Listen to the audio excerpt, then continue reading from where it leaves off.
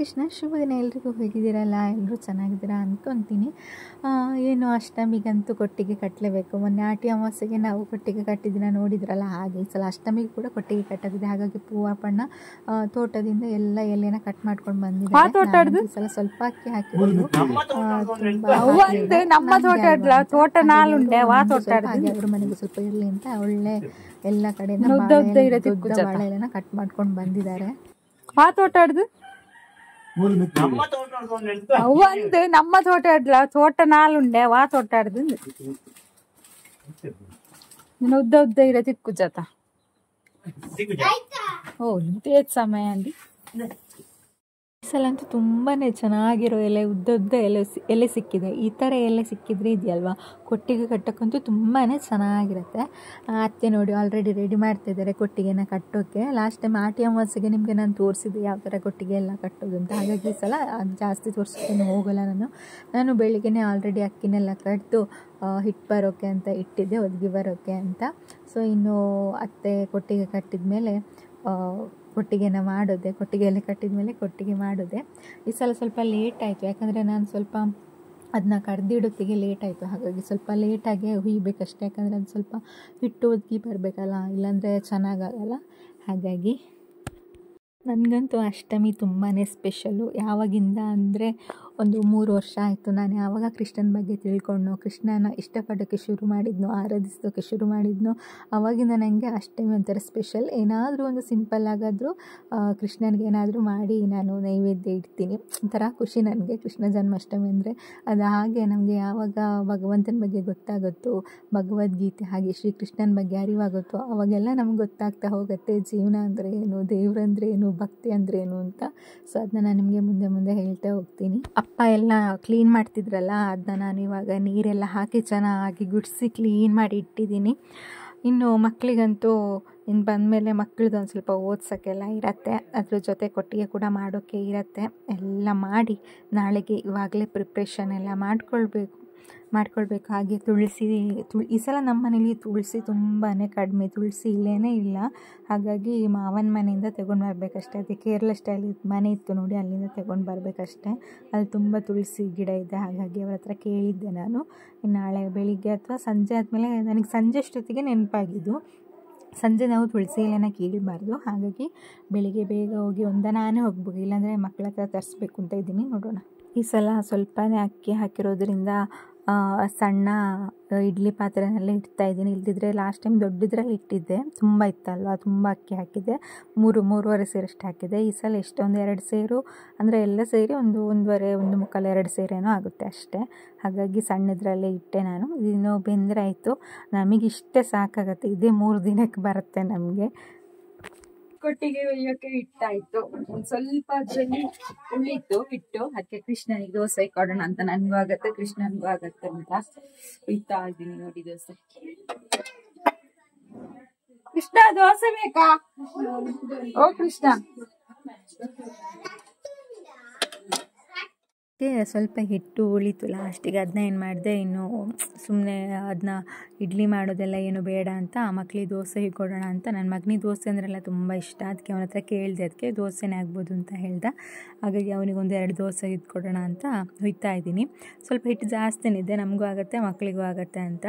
ಬಿಸಿ ಬಿಸಿ ದೋಸೆ ತಿನ್ನೋಕ್ಕಂತೂ ಚೆನ್ನಾಗಿರತ್ತಲ್ವ. ಹಾಗಾಗಿ ನನಗೂ ಇಷ್ಟ ಉದ್ದಿನ ದೋಸೆ ಜೊತೆ, ಪಲ್ಯ ಜೊತೆ, ಸಾಂಬಾರು ಜೊತೆ ಎಲ್ಲದಕೊಳ್ಳೆ ಕಾಂಬಿನೇಷನ್ ಅಂತಲೇ ಹೇಳ್ಬೋದು. ನನ್ನ ಮಗ ಅಂತೂ ಬಿಸಿ ಬಿಸಿ ದೋಸೆ ಕೊಟ್ಟರೆ 1-2 ತಿಂತಾನೆ. ನನ್ನ ಮಗಳು ಬಿಸಿ ಬಿಸಿ ದೋಸೆ, ನೀರು ದೋಸೆ ಎಲ್ಲ ಜಾಸ್ತಿನೇ ತಿಂತಾಳೆ. ಉದ್ದಿನ ದೋಸೆ 1-2-3 ಆ ಥರ. ಇವಾಗ ಮಸಾಲೆ ದೋಸೆ ಮಾಡಿಕೊಡು ಅಂತ ಹೇಳ್ತಾ ಇದ್ದಾರೆ. ಒಂದು ಸಲ ಮಾಡಬೇಕು, ಬಟ್ ಇದು ಕಾವಲಿ ಅಷ್ಟೊಂದು ಚೆನ್ನಾಗಿಲ್ಲ. ಇನ್ನೊಂದು ಹೊಸ ಕಾವಲಿ ತಗೊಳ್ಬೇಕು, ದೊಡ್ಡದು ಅಂತ ಇದೆ. ನೋಡಬೇಕು ಯಾವಾಗ ತಗೊಳ್ಳೋದು ಅಂತ. ನನಗೂ ಮಸಾಲೆ ದೋಸೆ ಅಂದರೆ ತುಂಬಾ ಇಷ್ಟ. ಹೋಟ್ಲಿಗೆಲ್ಲ ಹೋದಾಗ ಮಸಾಲೆ ದೋಸೆ ತಿಂತಾ ಇರ್ತೀನಿ.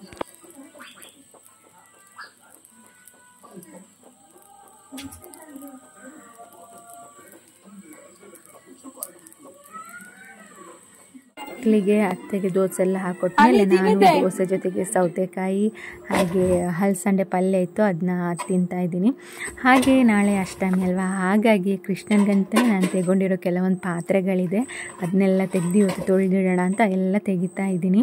ಯಾಕಂದರೆ ಆಲ್ಮೋಸ್ಟ್ ನಾವೆಲ್ಲ ನಾನ್ ವೆಜ್ ಯೂಸ್ ಮಾಡೋ ಪಾತ್ರೆನೇ ಇರೋದು. ಸೊ ಅದನ್ನ ದೇವರಲ್ಲಿ ಅದರಲ್ಲಿ ಏನಾದರೂ ಮಾಡ್ಕೊಡೋಣ ಅಂದರೆ ಮನಸ್ಸಿಗೂ ಒಪ್ಪಲ್ಲ. ಹಾಗಾಗಿ ನಾನು ದೇವರಿಗಂತಲೇ ಪಾತ್ರೆ ತೆಗೊಂಡಿದ್ದೀನಿ. ಅದನ್ನ ನಾನು ಏನು ಮಾಡ್ತೀನಿ, ಇವಾಗ ಡೈಲಿ ಯೂಸ್ ಮಾಡೋದಿಲ್ಲ ಆ ಪಾತ್ರೆನ, ಅಷ್ಟಮಿಗೆ ಮಾತ್ರ ತೆಗೆದು ಅಥವಾ ಚೌತಿ ಟೈಮಲ್ಲಿ ಏನಕ್ಕಾದರೂ ಬೇಕಿದ್ರೆ ತೆಗೆದು ಹಾಗೆ ಇಟ್ಬಿಡ್ತೀನಿ. ಯೂಸ್ ಮಾಡಿ ಆಮೇಲೆ ತೊಳೆದು ಕ್ಲೀನ್ ಮಾಡಿ ಇಟ್ಬಿಡ್ತೀನಿ. ಹಾಗಾಗಿ ಇದು ಶ್ರೀಕೃಷ್ಣನ ಪಾತ್ರೆ ಅಂತಲೇ ಹೇಳ್ಬೋದು. ಎಲ್ಲ ಕ್ಲೀನ್ ಮಾಡಿ ನೋಡಿ ತೊಳೆದಿಟ್ಟಿದ್ದೀನಿ. ನಾಳೆಗೆ ಸ್ವಲ್ಪ ಈಸಿ ಆಗುತ್ತಿಲ್ಲ ಅಂದರೆ ಬೆಳಗ್ಗೆದು ಕಷ್ಟ ಆಗುತ್ತಲ್ವ, ಹಾಗಾಗಿ ಇನ್ನೊಂದು ಸ್ವಲ್ಪ ಪಾತ್ರೆ ಎಲ್ಲ ಇದೆ. ಪಾತ್ರೆ ಎಲ್ಲ ತೊಳೆದು ಸ್ನಾನ ಮಾಡಿ ಮಲ್ಗೋತಿಗೆ ಎಷ್ಟೊತ್ತಾಗುತ್ತೋ ಗೊತ್ತಿಲ್ಲ. ಇವತ್ತೇ ಕೆಲವೊಂದು ಪ್ರಿಪ್ರೇಷನ್ ಮಾಡಿದರೆ ಬೆಳಿಗ್ಗೆ ಬೇಗ ಎದ್ದು ಪೂಜೆ ಮಾಡೋಕ್ಕೆ ಹೆಲ್ಪ್ ಆಗುತ್ತೆ ಅಂತ. ಸೊ ಎಲ್ಲ ಮುಂಚಿನ ದಿನವೇ ಆದಷ್ಟು ಮಾಡಿಡ್ತೀನಿ. ಹಾಗೆ ಪೂಜೆ ಮಾಡೋಕ್ಕೂ ಅಷ್ಟೇ, ಅದಕ್ಕಂತಲೇ ಒಂದು ದೇವ್ರ ರೂಮು ಆ ಥರ ಎಲ್ಲ ಇದ್ದರೆ ಚೆನ್ನಾಗಾಗತ್ತಲ್ವ. ನಮಗೆ ಎಷ್ಟೊತ್ತು ಬೇಕೋ ಅಷ್ಟೊತ್ತು ಮಾಡ್ಬೋದು. ಬಟ್ ನಮ್ಮದು ಪುಟ್ಟ ರೂಮ್ ಅಲ್ಲ, ಹಾಗಾಗಿ ಕಷ್ಟ ಆಗುತ್ತೆ. ನಾನು ಬೆಳಿಗ್ಗೆ ಬೇಗ ಇದ್ದರೆ ಇಲ್ಲಿ ಮಲಗಿರೋರಿಗೆಲ್ಲ ಡಿಸ್ಟರ್ಬ್ ಆಗುತ್ತೆ. ಆ ಥರ ಎಲ್ಲ ಪ್ರಾಬ್ಲಮ್ ಇದೆ, ಆ ಥರ ಎಲ್ಲ ತುಂಬ ಇದೆ. ಅದೆಲ್ಲ ಬಿಡಿ. ಇವಾಗ ಇನ್ನು ನಾಳೆ ನಾನು ನಿಮಗೆ ಸಿಗ್ತೀನಿ. ನಾನು ಬೆಳಗ್ಗಿಂದನೇ ವ್ಲಾಗ್ ಮಾಡ್ತೀನಿ. ಅಷ್ಟಮಿನ ಯಾವ ಥರ ನಾನು ಸೆಲೆಬ್ರೇಷನ್ ಮಾಡ್ತೀನಿ ಅಂತ ನಿಮ್ಮ ಜೊತೆನೂ ಹಂಚ್ಕೊಳ್ತೀನಿ. ಸೊ ಮಿಸ್ ಮಾಡಬೇಡಿ, ಓಕೆನಾ? ಶುಭರಾತ್ರಿ ಎಲ್ರಿಗೂ.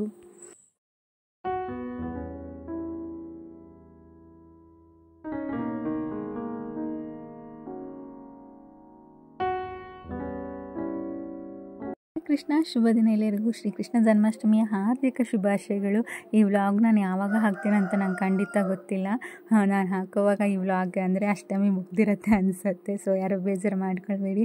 ಬೆಳಗ್ಗೆನೇ ಎದ್ದು ಫ್ರೆಶ್ ಅಪ್ ಎಲ್ಲ ಆಗಿ ನಾನು ಮುದ್ದಿನ ಕೃಷ್ಣನಿಗೆ ಏನಾದರೂ ಚೆನ್ನಾಗಿರೋ ಸ್ವೀಟ್ ಮಾಡಿ ಹಾಕಬೇಕಲ್ಲಪ್ಪ ಅಂತ ಇವತ್ತು ಪಾಯಸ ಮಾಡ್ತಾಯಿದ್ದೀನಿ. ನಿನ್ನೆ ಶಾವಿಗೆ ಎಲ್ಲ ತರೋಕ್ಕೆ ಹೇಳಿದೆ, ಹಾಗಾಗಿ ಇವಾಗ ಪಾಯಸಕ್ಕೆ ಪ್ರಿಪೇರ್ ಮಾಡ್ತಾಯಿದ್ದೀನಿ. ನಮ್ಮ ಕೃಷ್ಣನಿಗೆ ಸ್ವೀಟ್ ಅಂದರೆ ತುಂಬ ಇಷ್ಟ, ಅದರಲ್ಲೂ ಬೆಣ್ಣೆ ಅಂದರೆ ತುಂಬಾ ಇಷ್ಟ. ಅವನಿಗೆ ಈ ಸಲ ಬೆಣ್ಣೆ ನನ್ನ ಕೈಯಲ್ಲಿ ಕೊಡೋಕ್ಕಾಗ್ತಿಲ್ಲ, ಹಾಗಾಗಿ ಪಾಯಸ ಮಾಡೋಣ ಅಂತ ಅವನಿಗೋಸ್ಕರ ಪ್ರೀತಿಯಿಂದ ಪಾಯಸ ಮಾಡ್ತೀನಿ. ಹಾಗೆ ದೇವರಿಗೆ ನಾವು ನೈವೇದ್ಯ ಮಾಡೋತ್ತಿಗೆ ಯಾವತ್ತೂ ರುಚಿ ನೋಡಲೇಬಾರ್ದು. ಒಂದು ಅಂದಾಜಿಗೆ ಮಾಡಿ ದೇವರಿಗೆ ನೈವೇದ್ಯ ಇಟ್ಟಮೇಲೆ ನಾವು ಅದನ್ನ ತಿನ್ನಬೇಕು ಪ್ರಸಾದ ರೂಪದಲ್ಲಿ. ಹಾಗಾಗಿ ಯಾವತ್ತೂ ಅಷ್ಟೇ ದೇವರಿಗೆ ನಾವು ನೈವೇದ್ಯ ಮಾಡೋದಾಗ ರುಚಿನಂತೂ ನೋಡಲೇಬಾರ್ದು, ಮಿಸ್ ಆಗು ಕೂಡ ನೋಡಬಾರ್ದು. ಹಾಗೆ ನಾನಿವತ್ತು ಸ್ವಲ್ಪ ಬೇಗನೆ ಎದ್ದಿದ್ದೆ, ಯಾಕಂದರೆ ಫಸ್ಟು ಸ್ವೀಟ್ ಮಾಡಿ ಅದನ್ನ ಆರೋಕ್ಕೆ ಬಿಟ್ಟು ಆಮೇಲೆ ದೇವರಿಗೆ ಅಲಂಕಾರ ಎಲ್ಲ ಮಾಡೋ ಅಷ್ಟೊತ್ತಿಗೆ ಸ್ವೀಟ್ ಆರತ್ತೆ. ಆಮೇಲೆ ದೇವರಿಗೆ ನೈವೇದ್ಯ ಇಡಬಹುದು ಅಂತ ಬಿಸಿ ಬಿಸಿ ಕೊಟ್ಟರೆ ನಮ್ಮ ಕೃಷ್ಣನಿಗೆ ತಿನ್ನೋಕ್ಕಾಗತ್ತೆ ಹೇಳಿ, ಸ್ವಲ್ಪ ಆರಿದ ಮೇಲೆ ಕೊಡೋಣ ಅಂತ. ಹಾಲು ಅಷ್ಟೇ, ಈ ಸಲ ಅಂತೂ ಪ್ಯಾಕೆಟ್ ಹಾಲು, ಯಾವಾಗಲೂ ಹಸುವಿನ ಹಾಲಿರುತ್ತೆ ನಮ್ಮ ಮನೇಲಿ, ಆದರೆ ಈ ಸಲ ಪ್ಯಾಕೆಟ್ ಹಾಲಿಂದನೇ ಪಾಯಸ ಮಾಡ್ತಾಯಿದ್ದೀನಿ. ಸೊ ದೇವರೇನು ಬೇಜಾರು ಮಾಡ್ಕೊಳ್ಳಲ್ಲ ಬಿಡಿ, ಪ್ರೀತಿಯಿಂದ ಏನು ಮಾಡಿಕೊಟ್ರು ಅವ್ನು ತೆಗೊಳ್ತಾನೆ. ಮನುಷ್ಯರ ಥರ ಅಲ್ಲ. ನೀವು ಮನುಷ್ಯರಿಗೆ ಏನೇ ಮಾಡಿ ಅವ್ರಿಗೆ ಗುರ್ತಾನೂ ಇರಲ್ಲ, ನೀವೆಷ್ಟು ಮಾಡಿದರೂ ಅಷ್ಟೇ ನೆನ್ಪಿಟ್ಕೊಳ್ಳಲ್ಲ. ಒಂದು ಸಲ ನಾವು ಮಾಡಿದ್ದನ್ನ ಖಂಡಿತ ಮರ್ತು ಹೋಗ್ತಾರೆ, ಆದರೆ ದೇವರಾಗಲ್ಲ. ನಾವು ಒಂದು ಸ್ವಲ್ಪ ಅವನಿಗೆ ಪ್ರೀತಿಯಿಂದ ಏನಾದರೂ ಕೊಟ್ಟರು ಅವ್ನು ಲೈಫ್ ಲಾಂಗ್ ನೆನ್ಪಿಟ್ಕೊಳ್ತಾನೆ, ನಮ್ಗೆ ಅದರ ಪ್ರತಿಫಲ ಕೊಡ್ತಾನೆ ಇರ್ತಾನೆ ಅಂತ ಹೇಳ್ಕೊಳ್ಬಹುದು.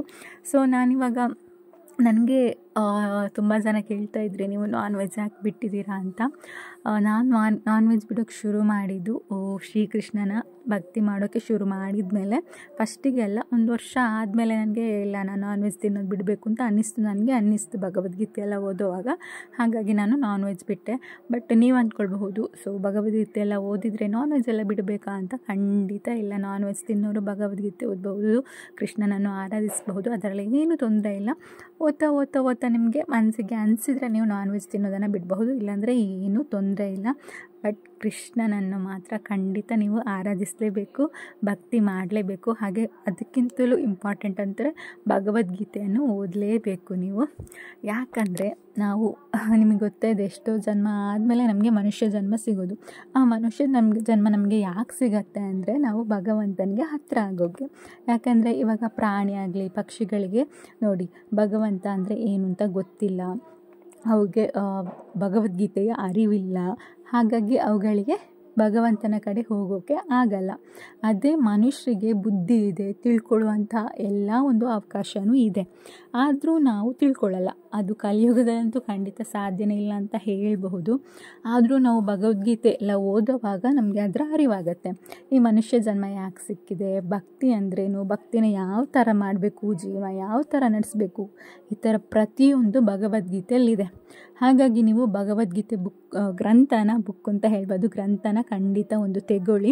ಕೆಲವ್ರು ಅಂತಾರೆ ಭಗವದ್ಗೀತೆ ಬುಕ್ ಎಲ್ಲ ಮನೇಲಿಟ್ಟರೆ ಗಲಾಟೆ ಆಗುತ್ತೆ ಅಂತ. ಅದರಷ್ಟು ಹಸಿ ಸುಳ್ಳು ಯಾವುದೂ ಇಲ್ಲ.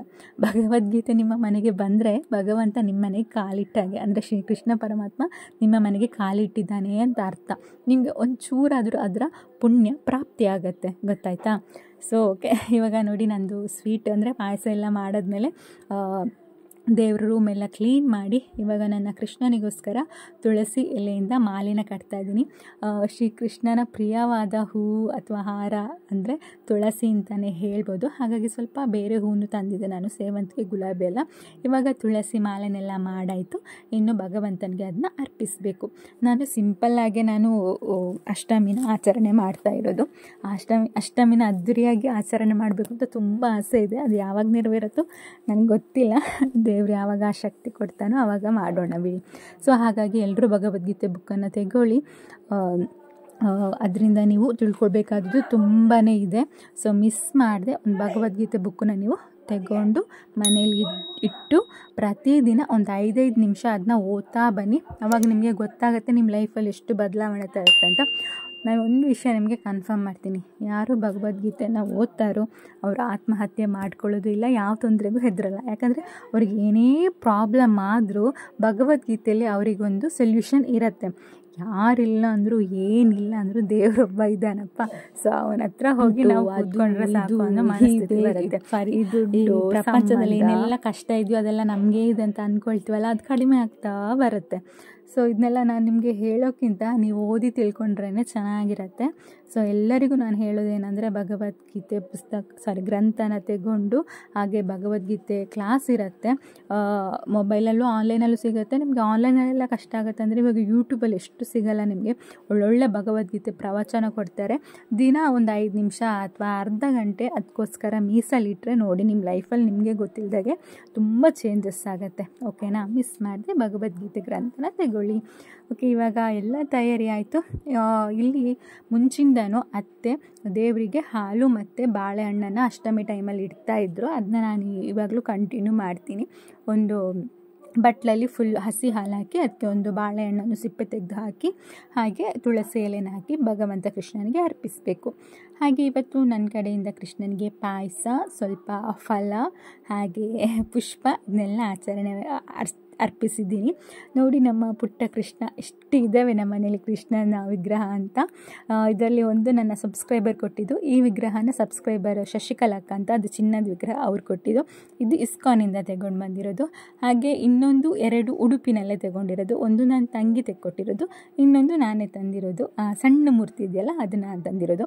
ಆ ಮೂರ್ತಿ ತಂದಮೇಲೆ ನನಗೆ ಶ್ರೀಕೃಷ್ಣನ ಬಗ್ಗೆ ತಿಳ್ಕೊಳ್ಳೋಕ್ಕೆ ಅವಕಾಶ ಸಿಕ್ಕಿದ್ದು. ಸೊ ಖುಷಿ ಆಗುತ್ತೆ.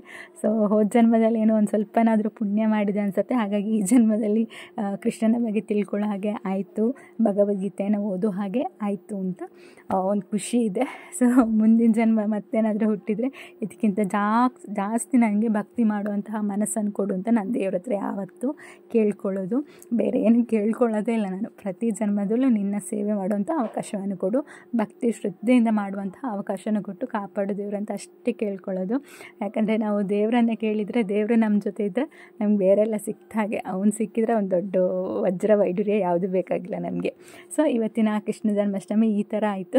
ನಿಮಗೂ ನಾನು ಹೇಳಿದ್ದು ಸ್ವಲ್ಪನಾದರೂ ಹೆಲ್ಪ್ ಆಗತ್ತಂತ ಅಂದ್ಕೊಳ್ತೀನಿ. ಏನಾದರೂ ಡೌಟ್ಸ್ ಇದ್ದರೆ ಖಂಡಿತ ಇನ್ಸ್ಟಾಗ್ರಾಮಲ್ಲಿ DM ಮಾಡಿ ಅಥವಾ ಇದರಲ್ಲಿ ಕಮೆಂಟ್ ಮಾಡಿ, ನಾನು ನಿಮಗೆ ಹೇಳ್ತೀನಿ. ಗೋಕುಲದಲ್ಲಿ ಹುಟ್ಟಿದನಂತೆ, ಗೋವುಗಳನ್ನು ಕಾಯ್ದನಂತೆ. ಗೋಕುಲದಲ್ಲಿ ಹುಟ್ಟಿದನಂತೆ, ಗೋವುಗಳನ್ನು ಕಾಯ್ದನಂತೆ. ಕೊಳಲನೂರಿ ಮೃಗ ಪಕ್ಷಿಗಳ ಮರಳು ಮಾಡಿದನಂತೆ. ತರಳತನದಿ ವರಳನೆಗಹಿ ಮರವ ಮುರಿದು ಮತ್ತೆ ಹಾರಿ ತೆರೆದು ಬಾಯೊಳಗಿರೆಳು ಲೋಕ ಇರಿಸಿ ತಾಯಿಗೆ ತೋರ್ದನಂತೆ. ತೆರೆದು ಬಾಯೊಳಗಿರೆಳು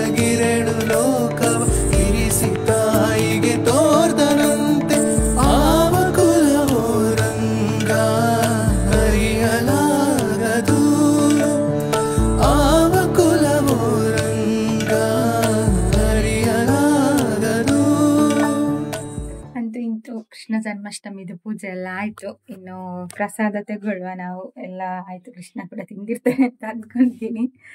ಓಕೆ, ನೋಡುವ ಪಾಯಸದ ಟೇಸ್ಟ್ ಹೇಗಾಗಿದೆ ಅಂತ ಗೊತ್ತಿಲ್ಲ, ಟೇಸ್ಟ್ ಎಲ್ಲ ನೋಡಬಾರ್ದಲ್ಲ. ಹಾಗೆ ಬನ್ನಿ. ಹಾಗೆ ಅದಕ್ಕಿಂತ ಮೊದಲು ನಾನು ಹಸುಗೆ ಕೊಟ್ಟು ಬರ್ತೀನಿ ಫ್ರೂಟ್ಸ್ ಏನಾದರೂ. ನಾವೇನಾದರೂ ಪ್ರಸಾದ ಅಂತ ಇಟ್ಟರೆ ಮೊದಲು ಅದನ್ನ ದಾನ ಮಾಡಬೇಕು. ಹಸುಗೆಲ್ಲ ಕೊಟ್ಟರೆ ತುಂಬ ಒಳ್ಳೇದು. ಹಾಗಾಗಿ ನಮ್ಮ ಮನೇಲಂತೂ ಹಸು ಇಲ್ಲ ಇವಾಗ, ವನಚಕನ ಮನೆಗೆ ಹೋಗಿ ಕೊಡ್ಬೇಕಷ್ಟೆ. ಹೋಗಿ ಹಾಗೆ ಪಾಯಸ ಎಲ್ಲ ಕೊಟ್ಟು ಬರುವ.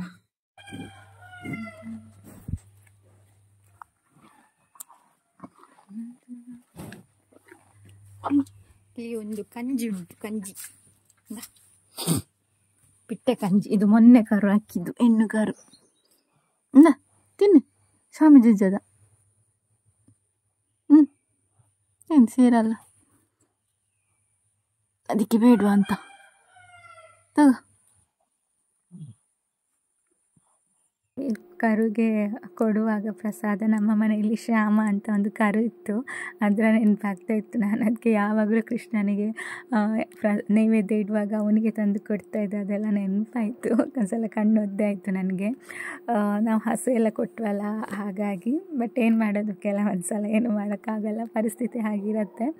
ಬಟ್ ಶ್ಯಾಮನ ಮಾತ್ರ ನಾನು ಯಾವಾಗಲೂ ಬರೆಯಲ್ಲ, ತುಂಬ ನೆನಪಾಗ್ತೇನೆ ಅವನು ಒಂದೊಂದ್ಸಲ.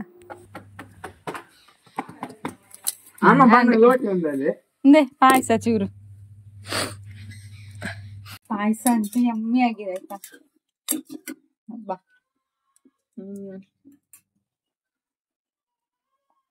ಸ್ವೀಟ್ ಎಲ್ಲ ಪರ್ಫೆಕ್ಟ್ ಆಗಿದೆ. ಹೇಗಾಗಿದೆ, ಚಂದಾಗಿದಾ? ನೀವು ತಿಂದ್ಯಾ? ಅವಳಿಗೆ ಹುಷಾರಿಲ್ಲದೆ ಸೇರಲ್ಲಂತೆ. ಪ್ರಸಾದ ಅಲ್ಲ, ಚೂರು ತಿನ್ನು. ತಿಂದ್ಯಾ? ಅದೇ ಕೃಷ್ಣ. ಮತ್ತು ನನಗೆ ವ್ಲಾಗ್ ಕಂಟಿನ್ಯೂ ಮಾಡಲಿಕ್ಕೆ ಆಗಲಿಲ್ಲ, ಯಾಕಂದರೆ ಎದುರುಗಡೆ ಹುಲ್ಲು ಬಂದಿತ್ತಲ್ಲ, ಅದನ್ನೆಲ್ಲ ಮೆಷಿನಲ್ಲಿ ತೆಗಿತಾ ಇದ್ರು. ಅದು ಮೆಷಿನಲ್ಲಿ ತೆಗೆಯುವಾಗ ಗೊತ್ತಲ್ಲ ನಿಮಗೆ ಎಂಥ ಸೌಂಡ್ ಬರ್ತದೆ, ಹಾಗಾಗಿ ವಿಡಿಯೋ ಮಾಡಲಿಕ್ಕೆ ಆಗಲಿಲ್ಲ.